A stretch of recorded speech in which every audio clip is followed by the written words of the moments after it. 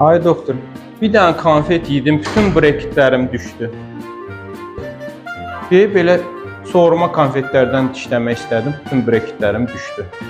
Ay Allah, axı mən sizə xəbərdar etmişəm ki, sərt qidalar, xüsusən də konfet, qoz, fındıq yemək olmaz. Nə bilim doktor, hamı yeyirdi, mən də yedim. Baxın, hamıdan fərqli olaraq siz breketlə müalicə alırsınız. Ona görə də qidalamanıza fikir verməlisiniz. Sərt qidalar yeməli deyilsiniz. Konfet, qoz, fındıq, iris, belə bir qidalardan uzaq durmalısınız. Hörmətli pasiyentlər, breketlə müalicə alırsınızsa, qidalamanıza həqiqətən də çox diqqətli olmalısınız. Ona görə ki, həkimlər sizin breketləri dişlərinizə xüsusi kley ilə bərk edir.